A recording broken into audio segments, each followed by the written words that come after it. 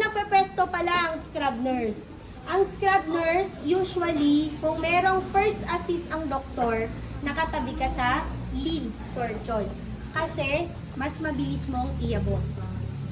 Okay? Kung wala ka namang assistant surgeon, edi maghaharap kayo. Pero, nasa iyo malapit ang instrument. Kasi dalawa na ang role mo. Assist and instrument. Okay? So, kung mag-aabot po ako ng instrument, di ba sasabihin niya, knife or scalpel. Ang hawak ko sa aking scalpel, ganyan ba? Nakataas ba yung sharp niya?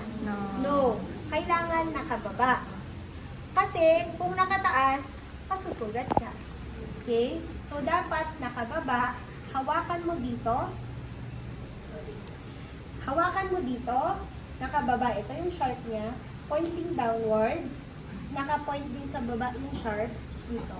Sige, hindi mo babalikan. Wow! Ganon, okay? Always functional position. Yung ready niya niyang gamitin. Hindi na niya iikot, hindi na niya i-twist. Kung left-handed, sa left mo, basta always make sure na ang scalpel, yung kanyang sharp ay nasa baba. Para kahit hinugot niya yan ng biglaan, hindi ka masusugat.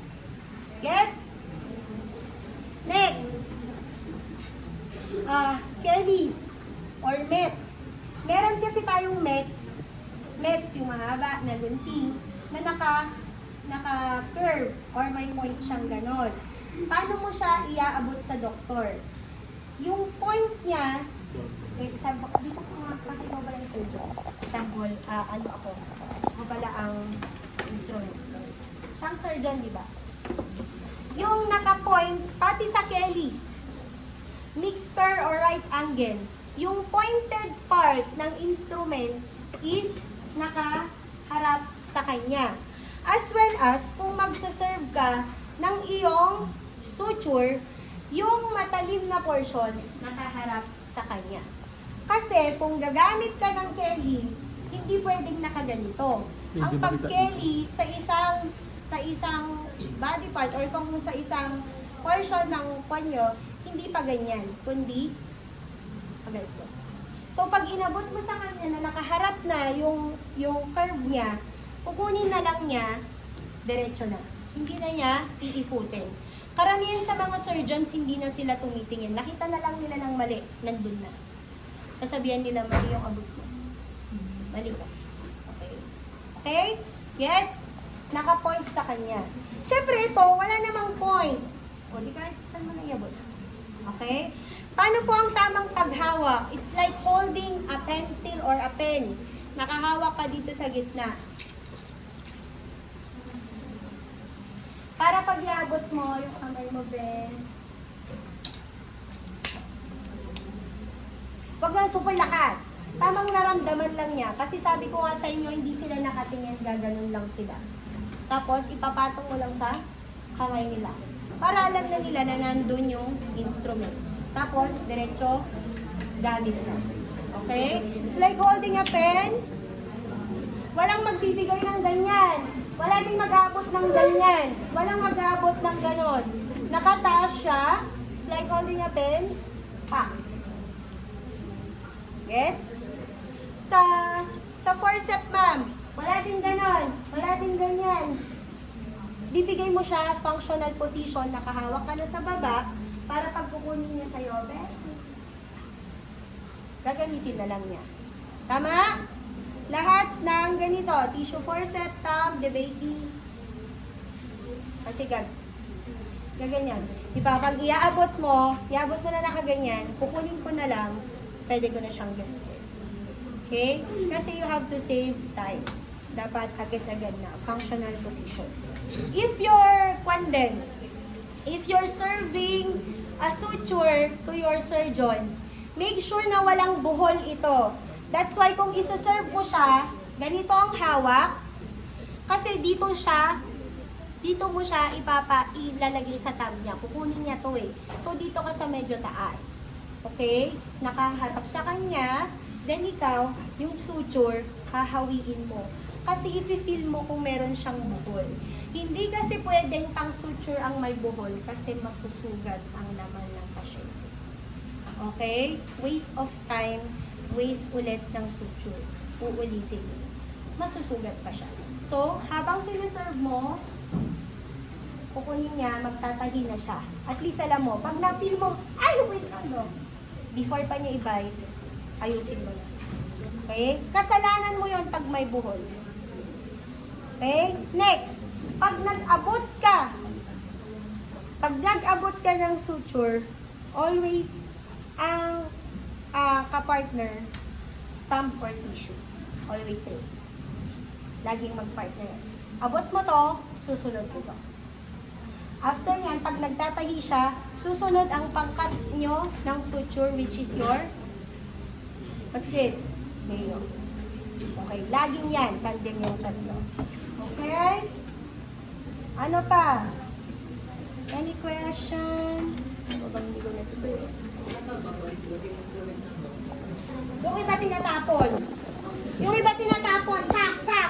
So, nasa sayo, syempre kukunin mo, ito nga, pag meron kang extrang pangpunas, yung malinis na OS, towel pack, ganyan, before mo ibalik sa table mo, punasan mo.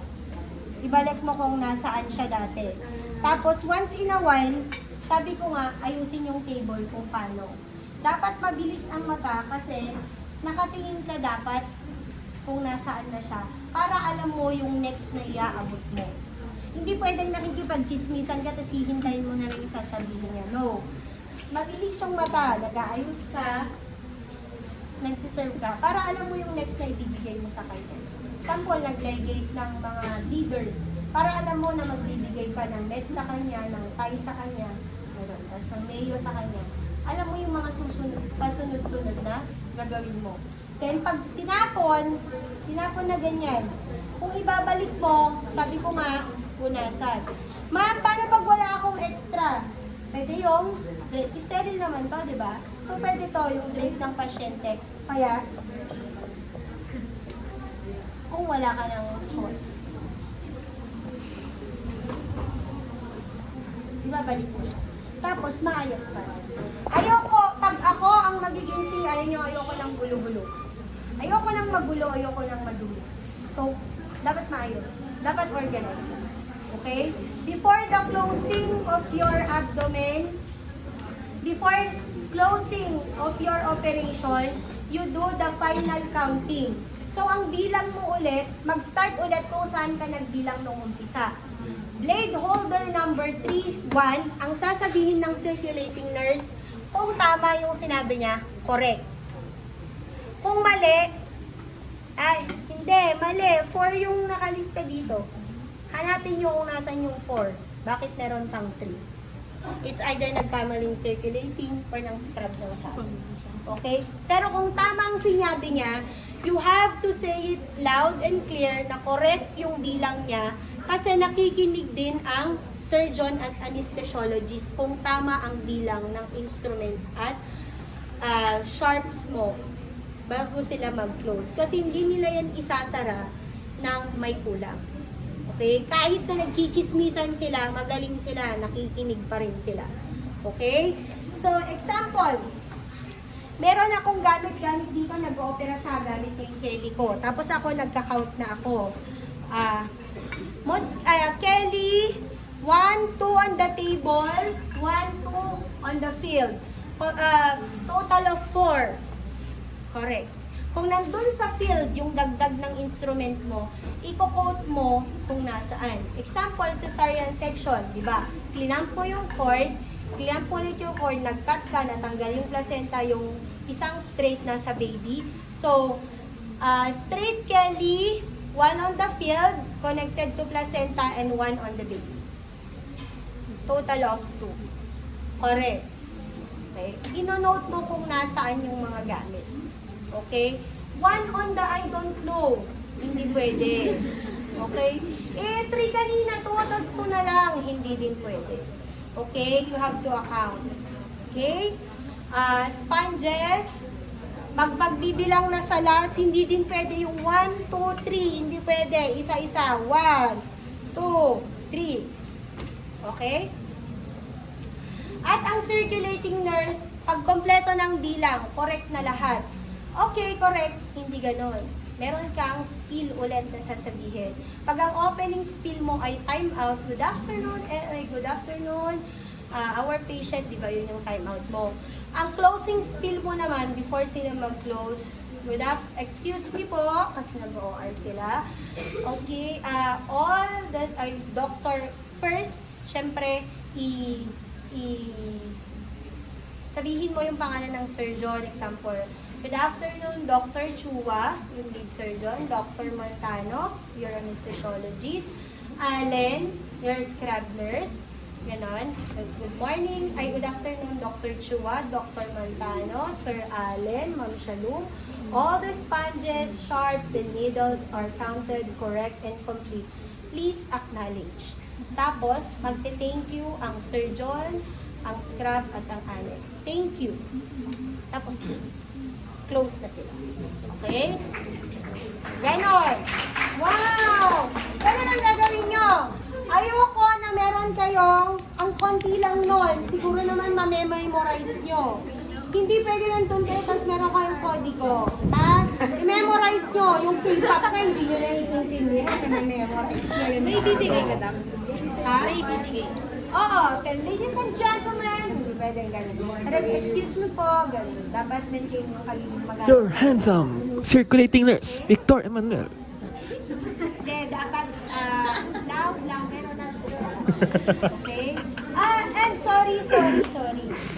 Before pala kami mag-start ng OR, we will always start the day and the operation with the prayer. Huwag kayong mag-alala, hindi naman yung Lord, Jesus, hindi ganon. Meron kaming prayer doon, basta sa akin nyo lang. Pero pag nag-pray kayo, huwag naman yung halatang binabasa. Huwag ko na rin may emotion. Kasi may madami kaming Christians doon na kung ano yung magagalit. Ibalik mo na siya sa akin, Lord. Okay? Hindi naman yung, oh Jesus, a blessed Shelly. Meron na specific prayer.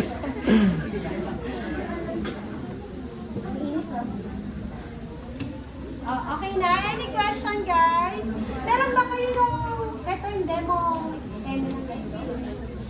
Para sa 9? Meron kayo?